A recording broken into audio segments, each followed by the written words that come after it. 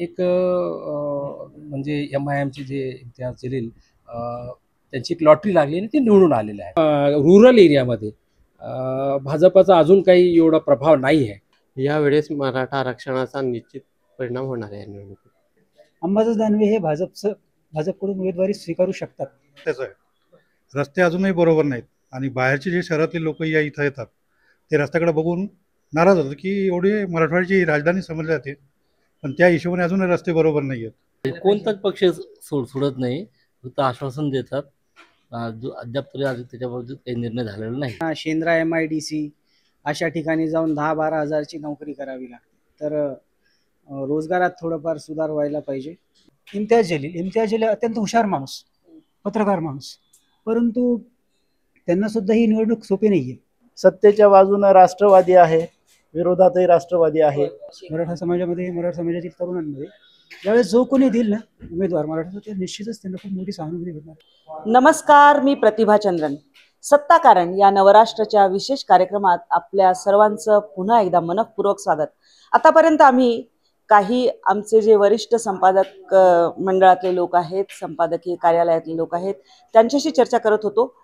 आज मात्र आम्ही आहोत छत्रपती संभाजीनगरच्या आमच्या कार्यालयात आणि हा सगळा जो आमचा संपादकीय विभाग आहे, माझे सगळे हे संपादकीय सहकारी आहेत आणि हे सगळे सहकारी ग्राउंड झिरोवरून रिपोर्टिंग करतात।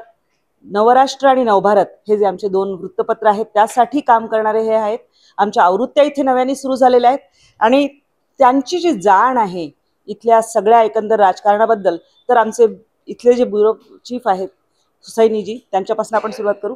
हुसैनीजी, काय नमस्कार, आणि काय म्हणतं आपल्या मराठवाड्यातलं एकंदर राजकारण? आपण आधी तर छत्रपती संभाजीनगर पासून सुरुवात करूया, कारण बघा जेव्हा शिवसेना यायच्या आधीपासून एक बाळप्पू काळदादेंचा जर अपवाद सोडला 77चा, तर नेहमी इथे काँग्रेसचं राज्य राहिलेलं आहे। त्यानंतर एकदा बापू काळदाते आले, पण जेव्हापासून शिवसेना आली शिवसेनेचं प्राबल्य होतं। आणि गेल्या निवडणुकीत मात्र MIMचे जे आपले खासदार आहेत आत्ताचे इम्तियाज जलील, ते निवडून आले। यावेळी तुम्ही कसं बघताय की यावेळची निवडणूक कुठल्या पक्षासाठी सोपी असेल, कुठल्या पक्षासाठी अवघड असेल? नाही, मला तर असं वाटत नाही की कोणत्या पक्षासाठी सोपी आहे। महत्त्वाचा विषय असा आहे की 25-30 वर्ष शिवसेना भाजपा युती करून लढत होती, तर हिंदुत्ववादी जे समजा त्यांनी जो प्रचार करून आतापर्यंत 20 वर्ष चंद्रकांत खैरे युतीमधून खासदार राहिलेले आहेत। मागच्या वर्षी मागच्या निवडणुकीत एक प्रश्न असा होता की एक अपक्ष उमेदवार होते हर्षवर्धन जाधव, तर त्यांनी एक मराठा उमेदवार म्हणून एक प्रचार करून जवळपास 2.25 लाखच्या वर मतदान घेतलं होतं। त्यामुळे एक म्हणजे MIMचे जे इम्तियाज जलील त्यांची एक लॉटरी लागली आणि ते निवडून आलेले आहे। पण 5 वर्षात त्यांनी सर्वच काही समाजासाठी केलेलं आहे। त्यांना पुन्हा आशा आहे की मी पुन्हा निवडून येईन। पण विषय असा आहे की यावेळेस शिवसेना आणि भाजपा वेगवेगळे आहेत, तर भाजपा जरी शिंदे गट बरोबर युती केलेली आहे, पण त्यांना उमेदवार कोण ह्यासाठीच त्यांचा खटाटोप मागच्या 1 महिन्यापासून चालू आहे। त्यांच्यामुळे जर समजा ही जागा भाजपाला सुटो की शिंदे गटाला निवडून म्हणजे एक असा प्रमुख दावेदार पाहिजे जो म्हणजे चंद्रकांत खैरे व काय म्हणता येईल जलीलला टक्कर देऊ शकेल। जोपर्यंत म्हणजे भाजपाकडून किंवा शिंदे गटकडून एक दमदार उमेदवार मिळणार नाही, तोपर्यंत म्हणजे त्यांना ही जागा इथं बाजी मारणं मुश्किल आहे। आपण बघितलं की केंद्रीय मंत्रिमंडळात असलेले डॉक्टर भागवत कराड जे भारतीय जनता पार्टीचे आहेत, ते याच शहरामधले आहेत आणि त्यांना म्हणजे भाजपाने जर ही शिंदे गटाकडून जागा मिळवण्यात यश मिळवलं, जे त्यांचा प्रयत्न बहुधा चालू आहे, त्यामुळे अजून उमेदवार जाहीर झालेला नाही। तर तुम्हाला वाटतं का की भागवत कराड यांचं इथे काही पकड आहे किंवा काही एक गटांमत ती कुठल्या समाजाचे घेतील? हो, नाही, ते OBCचे नेते आहेत, मान्य आहे, पण एक निश्चित आहे की एक उच्च शिक्षित म्हणून त्यांच्याकडे पाहायला जात आहे। तर जर समजा भाजपाने त्यांना उमेदवारी दिली तर एक हे निश्चित आहे की ते एक म्हणजे चांगली टक्कर देऊ शकतात। आणि भाजपाने मागच्या एक 2-3 वर्षापासून औरंगाबाद लोकसभा निर्वाचन क्षेत्रावर विजय मिळवण्यासाठी फार प्रयत्न सुरू केलेले आहे. तर बहुतेक त्याचाही त्यांना फायदा मिळू शकेल. पण रुरल एरियामध्ये भाजपाचा अजून काही एवढा प्रभाव नाही आहे. तो प्रभाव ते कसं म्हणजे निवडणुकीच्या ऐन वेळेस आपल्याकडे खेचू शकतील, हा फार महत्त्वाचा विषय आहे. अगदी बरोबर आहे. तर माझे जे बाकीचे पण सहकारी आहेत त्यांच्याकडेही मी जाणार आहे. हे जे शहर आहे, हे शहर माझ्या खास आवडीचं, माझी पण जन्मभूमी आहे. वेरूळचं लेणं इथे आहे, इथे जवळच घृष्णेश्वर आहे, अजिंठा आहे. तुम्ही काय म्हणताय की यावेळी जी लढत आहे, मनोज जरांगेंचं आंदोलन आपल्या बाजूलाच चालू आहे जालना जिल्ह्यामध्ये, अंतरवाली सराटीमध्ये. आंदोलनाचा काही परिणाम होऊ शकेल? मराठा मतं जी आहेत ती एक गठ्ठा एकत्रित होऊन कोणाला पडू शकतील असं वाटतं? हो, मराठा आरक्षणाचा निश्चित परिणाम या निवडणुकीमध्ये होणार आहे आणि मतविभागणी मोठ्या प्रमाणात होणार आहे. कारण मागच्या वेळेस जे हर्षवर्धन जाधव कॅन्डिडेट होते ते अपक्ष होते. त्यांनी 2,83,000 वोट मतं घेतली होती. त्यामुळे इम्तियाज जलील हे निवडून आले होते. यावेळेस मराठा आरक्षणाचा निश्चित परिणाम होणार आहे या निवडणुकीत. तुम्हाला काय वाटतं की तुम्ही पण अनेक वर्ष या शहरामध्ये आहात, मुद्दे कुठले आहेत लोकांचे की जे मुद्दे प्रामुख्याने कोणीही निवडून येऊ त्यांनी लक्ष देण्याची गरज आहे असं मला वाटतं, असं तुम्हाला मतदारांना वाटतं? छत्रपती संभाजीनगरचा सगळ्यात मोठा मुद्दा जर म्हणला असेल तर रस्त्याचा आहे. रस्ते अजूनही बरोबर नाहीत आणि बाहेरचे जे शहरातले लोक इथं येतात ते रस्त्याकडे बघून नाराज होतात की एवढी मराठवाड्याची राजधानी समजली जाते, पण त्या हिशोबाने अजूनही रस्ते बरोबर नाही आहेत. ते रस्ते जर बरोबर झाले तर त्याचं खूप मोठं काम होऊ शकेल. आणि या प्रश्नाकडं निवडून येणाऱ्या खासदारांनी जर लक्ष दिलं तर मला वाटतं ते पुढच्या अजून टर्ममध्ये सुद्धा खासदार होऊ शकतात. ही आमच्या छत्रपती संभाजीनगरकरांची इच्छा आहे की त्यांनी त्याकडे प्रामुख्याने लक्ष द्यायला पाहिजे. दुसरा पाणी प्रश्न एक आहे, त्या जलवाहिनीच्या काय तुटती फुटती काय कळत नाही का, तिच्यातही राजकारण सुरू आहे असं वाटायला लागलं. तर हे 2 प्रश्न जर सोडवले तर निश्चितच कोणी ज्यांनी आश्वासन दिलं त्याच्यामागे निश्चितच संभाजीनगरकर उभे राहतील असं मला विश्वास आहे. जवळपास 18 लाखाच्या वरचं मतदान या ठिकाणी आहे. आणि एक महत्त्वाचा मुद्दा जो इथे आहे की समांतर पाईपलाईनचं जे चर्चा जी आहे, माझे एक सहकारी त्यांनी आता उल्लेख केलेला आहे नुकता. तुम्हाला काय वाटतं साहेब की या ठिकाणी काय नेमकी परिस्थिती आहे, कुठले मुद्दे आहेत जनतेचे की ज्यांच्याकडे इथे जो कोणी खासदार होईल मग कोणत्याही पक्षाचा असो त्याने लक्ष देणं गरजेचं आहे? संभाजीनगरात पाण्याचा पण खूप गंभीर प्रश्न आहे. तर पाणी त्यांना व्यवस्थित मिळालं असं संभाजीनगरच्या लोकांना तर याचा पण मतदानावर परिणाम होऊ शकतो. मग पाण्याचे जो प्रश्न आहे तो अनेक वर्ष भिजत राहिलेला प्रश्न आहे असं हा, म्हणायला कोणताच पाहिजे. पक्ष सोडत नाही, फक्त आश्वासन देतात. अद्याप तरी त्याच्याबाबतीत काही निर्णय झालेला नाही. म्हणजे या ठिकाणी रस्त्यांचा प्रश्न आहे किंवा पाण्याचा प्रश्न आहे. अगदी बरोबर आहे. रस्त्याचा जो खड्ड्याचा प्रश्न मांडलेला होता तो पण आपल्याला दिसून येतो. माझे एक युवा सहकारी इथे आहेत. काय म्हणतंय? नमस्कार. यावेळी युवक कसे काय करतील? युवकांच्या दृष्टीने काय महत्वाचे मुद्दे वाटतात? युवकांच्या दृष्टीने तर मी सांगू इच्छितो की सर्वात आधी इथं औरंगाबादमध्ये रोजगार हवा युवांना. काही वर्षापूर्वी इथं कंपनीज वगैरे होते, पण दशा अशी झाली की सर्व कंपन्यांचं स्थलांतर पुण्यात झालेलं आहे. तर मल्टीनॅशनल कंपनी वगैरे तशी काही रोजगार म्हणजे सुशिक्षित रोजगार जे आहेत त्यांच्यासाठी काही बघायला मिळत नाही. एकतर त्यांना शेंद्रा MIDC अशा ठिकाणी जाऊन 10-12 हजारची नोकरी करावी लागते. तर रोजगारात थोडंफार सुधार व्हायला पाहिजे. जे अन्य जिल्ह्यातले जे मोठे मोठे कंपनी आहेत त्यांना इथं गुंतवणूक करण्यासाठी, भाग पाडण्यासाठी, गुंतवणुकीसाठी तशी योजना वगैरे बनवण्याची गरज आहे.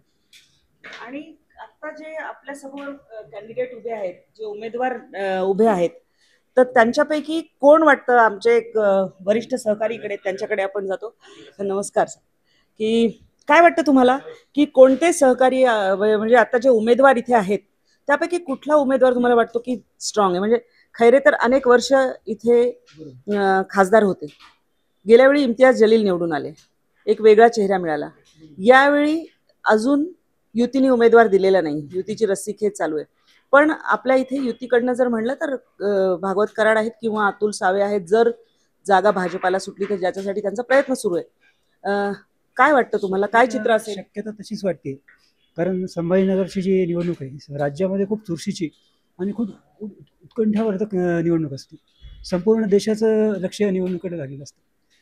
आपण जसं म्हणतो की मुंबईला जेव्हा शिंका येतात म्हणजे मराठवाड्याला शिंका आला की मुंबईला तिकडं सर्दी होते अशी परिस्थिती आहे. हां, तर त्याच्यामुळे हे राजकीयदृष्ट्या सामाजिक एकतर चळवळीचं ठिकाण आहे मराठवाडा. संतांची भूमी आहे, जी परिवर्तनाची नांदी इथून होती. पर्यटनाची राजधानी आहे. म्हणजे एकीकडे म्हणतात की पुणे तिथे काय उणे, पण संभाजीनगरमध्ये काहीच उणे नाही आहे. मराठवाडा मागास म्हणून नेहमी हिनवलं जातं मराठवाड्यात, परंतु मराठवाडा आता मागास नाही आहे. मराठवाडा सर्व क्षेत्रात प्रगती करतोय आणि तो एका दृष्टीने मराठवाड्यातला जो माणूस आहे तो स्वाभिमानी आहे. आम्हाला कधीही असं म्हणजे आम्हाला नेहमी जे काही मिळवायचं ते आम्हाला हक्काने भांडूनच मिळावं लागतं. रेल्वे असो, पाण्याचा प्रश्न असो, किंवा मग आपलं दळणवळणाची साधने असो, अगदी आम्हाला रस्त्यापासून ते विमानापर्यंत लढावं लागलेलं आहे. म्हणजे लढवय्या स्वभाव आहे मराठवाड्यातला जो नागरिक आहे. आता विषय या निवडणुकीचा आहे. ही निवडणूक यावेळेस या निवडणुकीमध्ये खूप ट्विस्ट आहे आपण बघतोय. कारण अजून भाजप आणि शिंदे गटाचा त्यांचा उमेदवार काही जाहीर झाले नाहीये.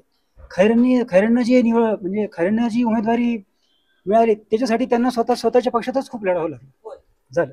दुसरी गोष्ट इम्तियाज जलील अत्यंत हुशार माणूस, पत्रकार माणूस, परंतु त्यांना सुद्धा ही निवडणूक सोपी नाहीये. मागच्या वेळेस वंचितचा एक गठ्ठा दलित समाजाचा त्यांना पाठिंबा होता, पण यावेळेस मुळात प्रकाश आंबेडकरांची राजकीय भूमिका स्थिर नाही. ते आज एक स्टेटमेंट देतात, दुसरं म्हणजे चल विचारायचे. एका अर्थाने शरद पवार जी भूमिका बजावतेच ते तशाच प्रकारची त्यांची भूमिका आहे. परंतु माझं म्हणणं आहे विकासासाठी सर्वच पक्षाने एकत्र यावं. आता सुरुवातीला तर तुम्ही एकत्र येणार नाही, परंतु जो कोणी उमेदवार येईल तो सक्षम असावा. मराठवाड्याचे प्रश्न त्यांनी संसदेत मांडावेत, हे महत्वाचं आहे. किती निवडणुका पाहिल्या तुम्ही आतापर्यंत? कुठलं पहिलं मतदान तुम्ही कुठल्या नेत्यांच्या वेळी केलं, कुठल्या पक्षाला केलं असं नाही? बिलकुल. साधारणतः कदाचित खैरेच किंवा खासदार असावेत. त्यांना केलं असं मी सांगू शकणार नाही, पण ते हो बरोबर आहे. हां बरोबर. साधारणतः माझी ही कदाचित 6वी असो लोकसभा असेल. इतकी वर्ष आपण बरोबर. हो, पण ही यावेळी तुम्हाला खूप ट्विस्ट अँड टर्न वाटतंय? खूपच मला खरं एक प्रामाणिकपणे सांगा, जरांगे हा कितपत मुद्दा आहे? निश्चित आहे. कारण एकतर ते मराठवाड्यातले, जालन्यातले, आणि जालना आणि संभाजीनगर अगदी म्हणजे एकतर जुळं सिटी आहे. भविष्यात तर हे तुमचं पिंपरी पुण्यासारखं जुळं शहर होणार आहे. आणि दुसरी गोष्ट मराठा मुद्दा निश्चित हा मुद्दा फॅक्टर खूप डॉमिनंट राहणार आहे. कालचीच तुम्ही जर घटना बघितली तर एका घटनेमुळे म्हणजे खैरेंना घाम सुटावं अशी परिस्थिती बरं का. ज्या जोमाने त्यांनी म्हणजे तिकीटही आणलं, कदाचित बरं का, ॲज अ मी एक अनुभवी म्हणजे अनुभवी पत्रकार असं म्हणत नाही, पण एक मला असं वाटतं अंबादास दानवे हे भाजपकडून उमेदवारी स्वीकारू शकतात. अजून ते जरी नाही तरी सुद्धा कारण राजकारणात अशक्य काहीच नाही. अगदी बरोबर आहे, राजकारणात अशक्य काहीच नाही. कारण आपल्याला एक गोष्ट माहिती आहे की या गेल्या 5 वर्षात तर राजकारणात काहीच अशक्य नाही, हे अगदी स्पष्टच झालेलं आहे. कारण आपण बघितलं की जे म्हणजे राज्याचा जर आपण विचार केला तर जे उद्धव ठाकरे काँग्रेसला कधी बरोबर घेतील असं स्वप्नातही कोणाला वाटलं नव्हतं, ते त्यांना बरोबर घेतलेलं आहे. त्यानंतर माझे सहकारी मला बोलत आहेत की त्यांना आणखी काहीतरी बोलायचं आहे, तर जाऊया तुमच्याकडे.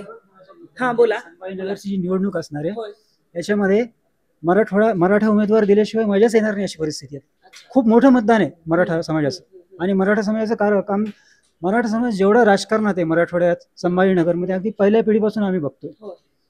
आणि अनेक आता काय झालं की नेमकं जुने जे खासदार होते साहेबराव पटेल डोणगावकर मध्यंतरी जे मराठा उमेदवार दिले, आमदार बरेच पडले. मराठा खासदार अनेक वर्षापासून नाही. साहेबराव पाटील डोणगावकर नंतर तर इथे नाहीच आहे. सुरेश पाटील मध्यंतरी उभे होते, त्यांना खैरेंनीच पाडलं होतं. हां, परंतु आता मराठा समाजाची साहजिक अपेक्षा आहे, कारण एवढं मोठं आंदोलन झालं आरक्षणासाठी, अनेक तरुणांचे त्याच्यामध्ये बळी गेले. समाजाला वाटतं की आपल्याला लोक उमेदवारी देण्यास का दुर्लक्षित करतात, असं एक भावना आहे मराठा समाजामध्ये, मराठा समाजातील तरुणांमध्ये. ज्यावेळेस जो कोणी देईल ना उमेदवार मराठा, ते निश्चितच त्यांना खूप मोठी सहानुभूती भेटणार. कदाचित तो टर्निंग पॉईंट सुद्धा ठरू शकतो विजयासाठी. अगदी ही निवडणूक कट टू कट होणार असं मला वाटतं. म्हणजे अगदी रोचक, रोमहर्षक ज्या लढती महाराष्ट्रामध्ये यावेळी होणार आहेत, त्यामध्ये ही जी कॉन्स्टिट्युएन्सी जिथून आपण बोलतो आहोत ती निश्चित असणार आहे. आणि तो सगळा जर मुद्दा आहे, कारण काही आपण इथे ज्या घटना बघतो आहोत तर वंचितनी MIMशी नातं तोडलेलं आहे, आणि ते एवढ्यात लवकर एकत्र येतील अशी शक्यता वाटत नाही. एकीकडे वंचितचे प्रकाश आंबेडकर जरांगेंना जाऊन भेटतायत आणि त्यांच्याशी चर्चा करतायत. ते तर स्वतः जरांगेंनी निवडणूक लढवावी असंही सांगतायत. याबरोबर आपण आणखी एक जर विचार केला तर त्याच ठिकाणी इम्तियाज जलील हे सुद्धा त्यांना जाऊन भेटून आलेले आहेत. आणि या सगळ्या पार्श्वभूमीवर जरांगे हा एक फॅक्टर इथे तरी निश्चित असणार आहे. तुम्हाला काय वाटतं की यावेळची निवडणूक किती रंजक, किती म्हणजे ज्याला निश्चितपणे ठामपणे काही सांगता येत नाही अशी असेल? यावेळची निवडणूक नक्कीच रंजक आणि दुरंगी तिरंगी अशी न होता अनेक उमेदवार यामध्ये उभे टाकणार आहेत. कारण आता सध्या जे असं झालंय, सत्तेच्या बाजूनं राष्ट्रवादी आहे, विरोधातही राष्ट्रवादी आहे. सत्तेमध्ये आणखी शिवसेना पण आहे, विरोधातही शिवसेना आहे. त्याच्यामुळं ह्या गटातटाच्या राजकारणामुळं बंडखोरीला या निवडणुकीत नक्कीच उधाण येणार. आणि मग मतदारांपुढं पण संभ्रम निर्माण होणार आहे की मतदान करायचं कोणाला. अशा परिस्थितीत ही निवडणूक अतिशय रंजक अशी होणार आहे. शेवटच्या क्षणापर्यंत सांगता येणार नाही काय कसा शेवटच्या क्षणापर्यंत नाही सांगता येणार की नक्की यामध्ये काय होऊ शकेल. आम्ही काही नेत्यांची सुद्धा चर्चा करतो, त्यात कुठे ना कुठेतरी स्पष्ट होतंय की या सगळ्या घटकांचा, या सगळ्या मुद्द्यांचा विचार इथे निश्चित सुरू आहे. आणि आमचे नवराष्ट्राचे इथल्या आवृत्तीचे संपादक दिनेशजी आमच्याबरोबर आहे. दिनेशजी नमस्कार. तुम्ही इथे आवृत्ती आपण आपली काय घेऊन आलो आणि इथली निवडणूक फारच रंजक करून टाकली. काय काय मुद्दा आहे? नाही, हा आपण आपली एंट्री म्हणजे आपण एक प्रकारे नवराष्ट्र नवचैतन्य आपण आणलेलं आहे त्या निमित्तानं. आणि ते नवचैतन्य राजकारणात आणि नवभारत हे असं एक त्यामध्येच सगळं की नवभारतची संकल्पना आणि ती आपण रुजवली लोकांना आणि लोकांनी आपल्या नवराष्ट्राला नवभारतला एक्सेप्ट केलंय मराठवाड्यामध्ये. त्या अनुषंगाने आपण आपल्या परीनं सक्सेस आहोत. मराठवाड्यामध्ये दमदार एंट्री केली आणि त्यासोबत आपल्या राजकारणाचे पाठबळ मिळते. निवडणुका आल्या, नंतर विधानसभेच्या निवडणुका आहे, नंतर महानगरपालिकेच्या, या याच्यातून आपलं पाऊल ठेवलेलं आहे ते आपण योग्य ठेवलेलं आहे आणि आपल्याला पाठबळ पण आहे आणि तसं राजकारणामध्ये पण ती रंगत रंगलेली आहे चांगली. यावेळी काय परिस्थिती असेल? कारण बघा की जरांगे फॅक्टर आहे, वंचित एकत्र यावेळी नसणार आहे. इम्तियाज जलील गेल्यावेळी 4492 वगैरे अशा काहीतरी 4500 जवळपास जेमतेम 4500 मतांनी निवडून आले. त्याच्यात हर्षवर्धन जाधवांचा एक मुद्दा होता.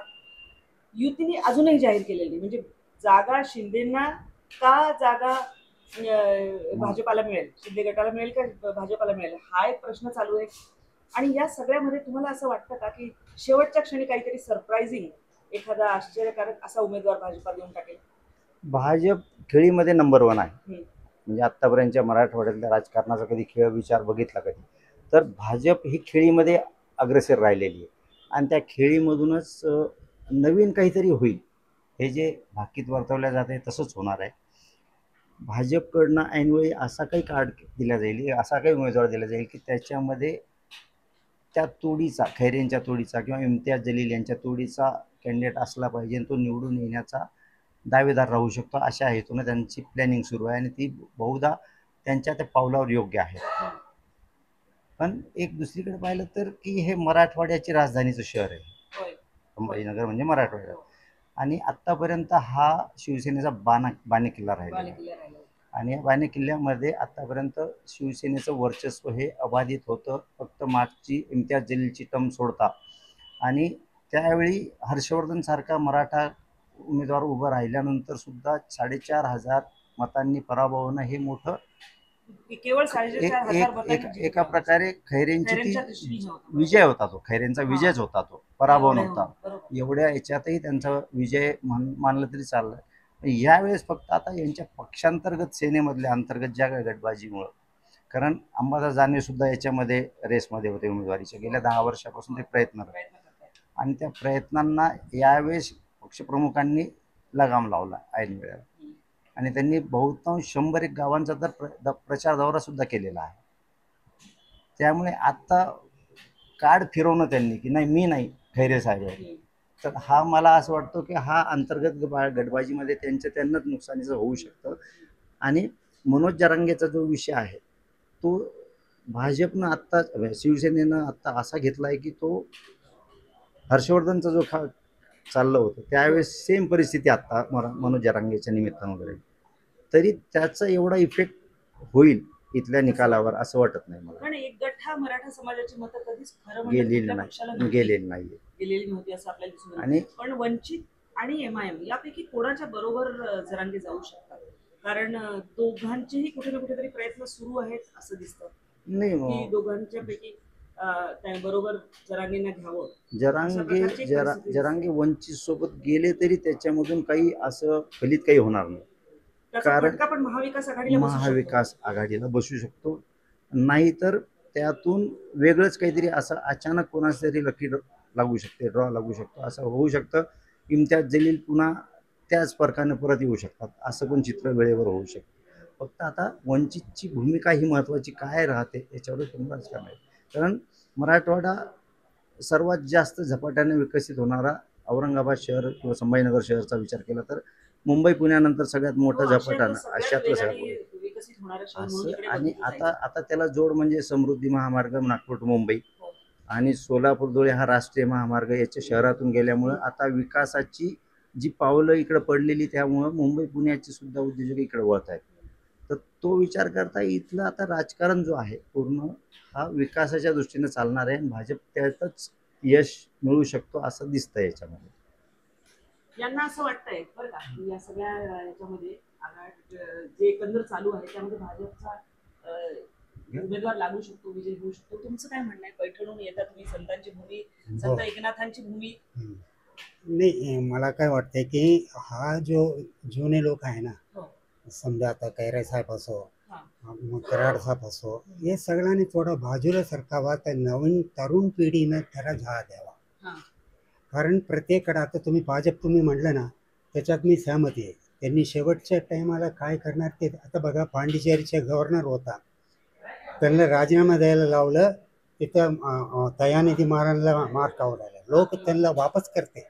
एवढा मोठा सन TV मालक आहे आणि तो सगळ्यांना खरेदी करू शकतो. त्यांच्या आता तिथे चालू आहे, म्हणजे प्रत्येकाला 10,000 द्या, 15,000 द्या, हे असं चालू आहे. तरी त्याचा विरोध केला लोक. दयानिधी महाराजला शिवी देऊ राहिले ते रोडवर. नाही, युवा यायला पाहिजे. म्हणजे कारण आपल्याला काय आहे, शेवटी विकास महत्वाचे आहे. आता तुम्ही प्रत्येक ठिकाणी जा, प्रत्येक कार्यालयामध्ये जा, आत्ताचे जो जनरेशन आहे ना, त्यांना एवढा ताण, एवढा म्हणजे त्रास आहे.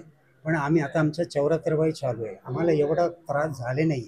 पण हे नवीन पिढीला एवढा त्रास आहे, त्यांना गाडी करायला त्रास आहे. तुम्ही पैठणवरून इकडे यायला 3 तास लागते. आता हे पाईपलाईन वगैरे काय करू शकत नाही. तुम्ही एवढा पैसा खर्च करता ना, लवकर करता येते.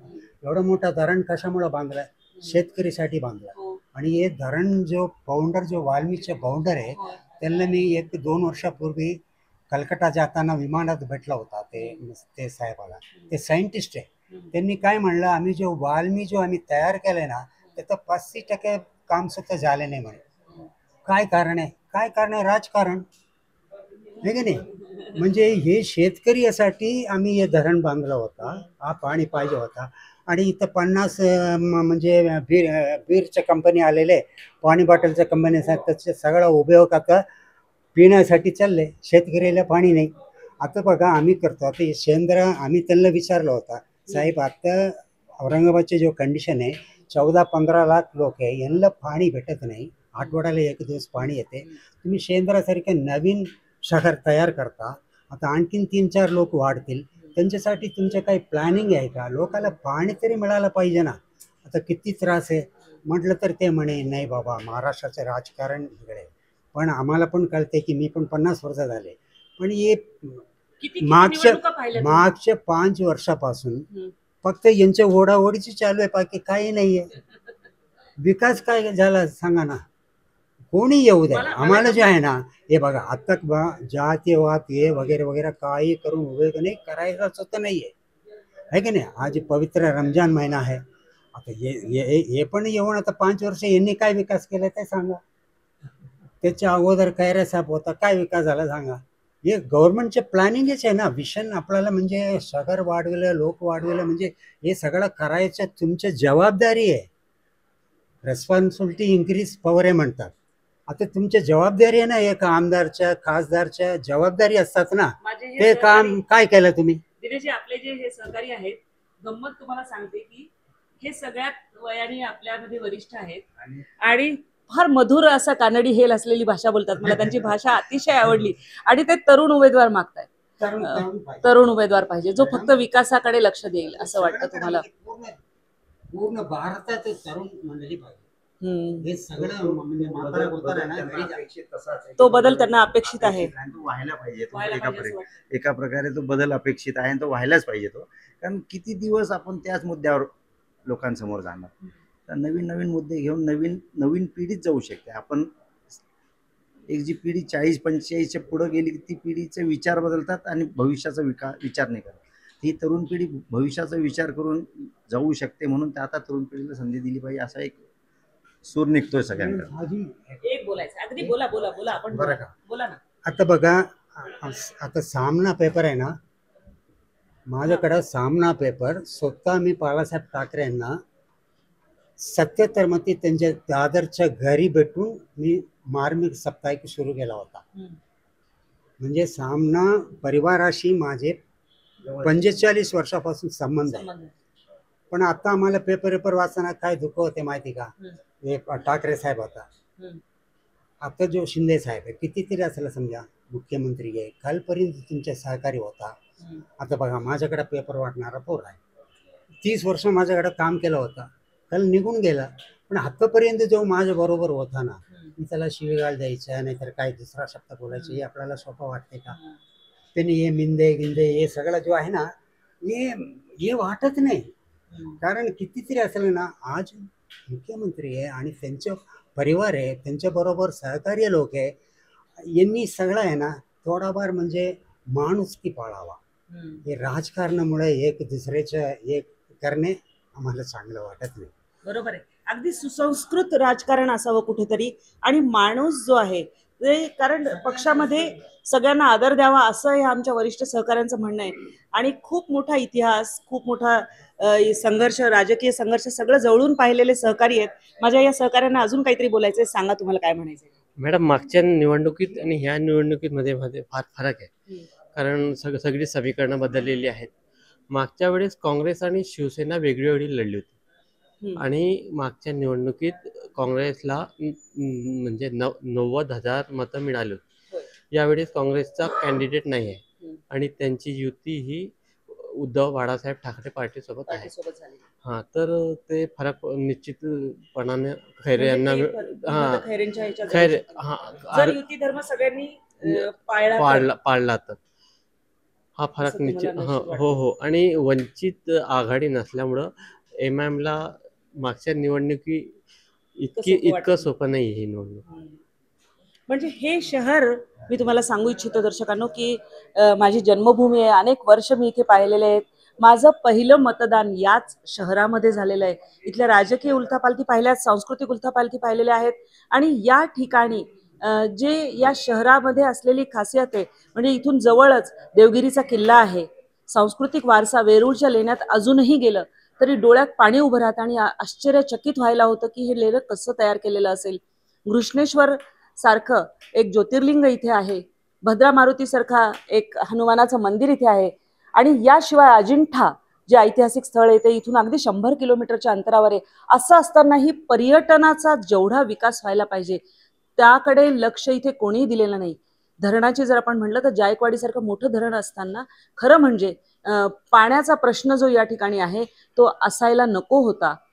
पण ती समस्याही कोणी सोडवलेली नाही. यावेळची निवडणूक निश्चितच रंजक असणार आहे, रोचक असणार आहे आणि शेवटच्या क्षणापर्यंत कसे कसे रंग इथे बदलतील आणि कशी कशी समीकरणं बदलतील हे निश्चितच पाहण्यासारखं असेल. कॅमेरामन विनोद इंगोलेसह प्रतिभा चंद्रन, नवभारत नवराष्ट्र, संभाजीनगर.